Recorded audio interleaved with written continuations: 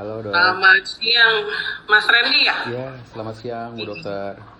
Iya, salam kenal ya. Ya, sebelumnya saya bisa perkenalkan diri saya Ya, dulu ya. silakan. Ya, perkenalkan Bu, nama saya Randy Apriliansyah. Saya sebagai mahasiswa dari BINUS University, program studi bisnis manajemen. Sebelumnya nih saya minta maaf banget sama Ibu karena sesi wawancara dilakukan secara online. Karena kondisi saya yang tidak memungkinkan untuk ditinggal kerjaannya. Semoga tidak mengurangi rasa hormat dari Ibu selaku narasumber proyek kami. Kalau begitu, mungkin selanjutnya bisa kita lakukan sesi pertanyaan dari Ibu ya.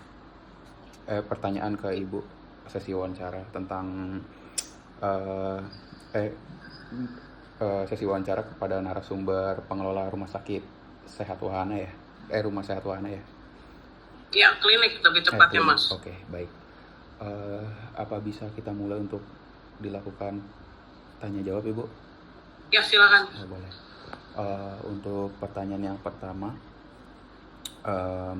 bagaimana cara tim menjaga kualitas pelayanan meskipun dengan keterbatasan sumber daya? Oke, baik. Pertanyaannya bagus sekali ya.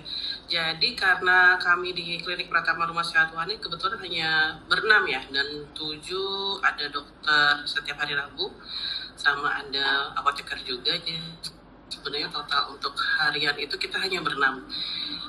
Di lapangan itu bila ada yang kita kendalanya kalau misalnya dalam satu hari itu ada 2 kegiatan. Jadi kami biasa siasati dibagi 2 tim karena hampir 75% sih sebenarnya kita semua tenaga medis dan tenaga kesehatan yang sudah tersertifikasi. Jadi mereka sudah biasa untuk kalau kita bahasnya mungkin multitasking ya.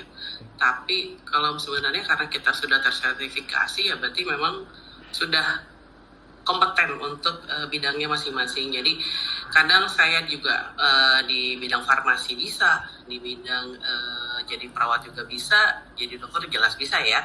Jadi dan teman-teman juga seperti itu, yang bidan bisa di farmasi. Jadi tidak ada kendala sih kalau untuk tim ya, jadi aman-aman saja. Kalau misalnya ada kendala seperti itu ya aman gitu. Oke, baik. Oke, makasih Ibu untuk jawabannya. Untuk pertanyaan berikutnya, apakah Ibu melihat perubahan pada kesadaran atau perilaku hidup sehat masyarakat setelah rutin dilayani di rumah sehat ini? Oke, untuk di rumah sehat ini biasanya untuk setiap ada kegiatan kita selalu didahului dengan PHBS kalau kita bilangnya ya, perilaku hidup bersih dan sehat. Jadi terutama kita ada nama program stunting ya namanya. Jadi pemberian makanan tambahan khusus untuk anak-anak yang berat badan dan tinggi badannya kurang.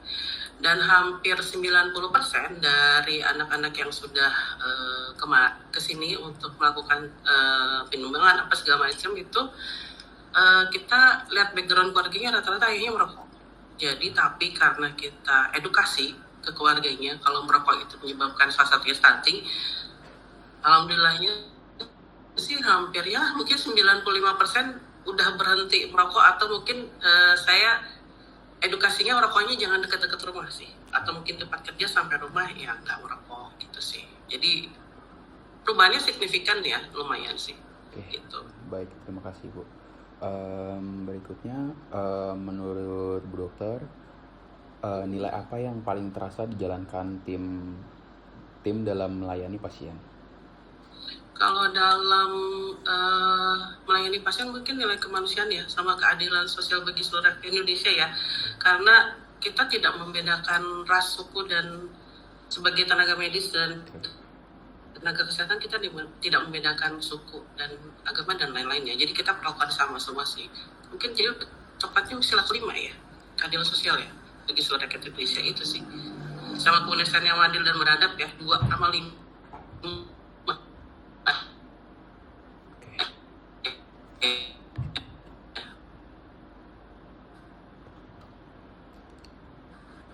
Begitu. Oke, baik. Oh, ada satu lagi ya. Baik. Terus satu lagi Bu. Oke. Soalnya tadi nggak ditek dia langsung lanjut pakai gue. Oh, oke. Baik, terima kasih. Oke, Ren. 3, 2, 1. Oke, baik, terima kasih Ibu. Berikutnya kita lanjut ke pertanyaan selanjutnya. Apa motivasi Ibu Dokter untuk terus terlibat sebagai tenaga medis atau relawan di Rumah Sehat Wahana? Oke, kalau saya pribadi, saya senang. Saya senang dengerin pasien saya cerita. Karena kebanyakan pasien saya ini lansia yang sudah tidak ada keluarga yang bareng, tinggal di rumah. Jadi rata-rata kalau saya bilangnya ada curhat session, itu di atas jam 1. Pasien-pasien itu biasanya hampir 30-45 menit itu ngobrol. Kadang-kadang pasien tuh hanya pengen didengerin gitu. Jadi saya sukanya sih seperti itu, karena saya pengen selain bisa mengobati pasien, saya juga seneng ngobrol ya, mungkin lebih tepatnya, karena itu tadi pasien kan sebenarnya bukan obatnya ya yang menyembuhkan, tapi mungkin dari kita sesi tukar pikiran sama pasien. Jadi alhamdulillah sih banyak yang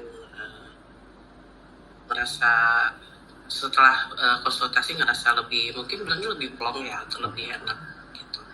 Oke, baik. Itu. Dan kalau misalnya untuk pengobatan gratis sendiri, saya senang banget sih kalau misalnya kita ke benar-benar yang masyarakat membutuhkan. Jadi kita merasa tepat sasaran sih pengobatannya ya, seperti itu.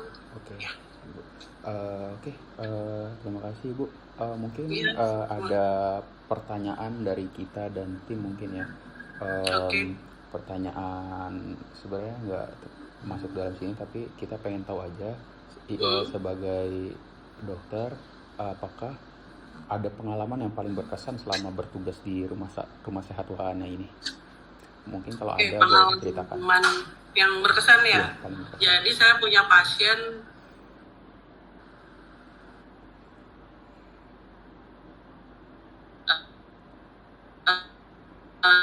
menurut saya sih pasien, tapi dan pasien itu masuk dengan edukasi saya.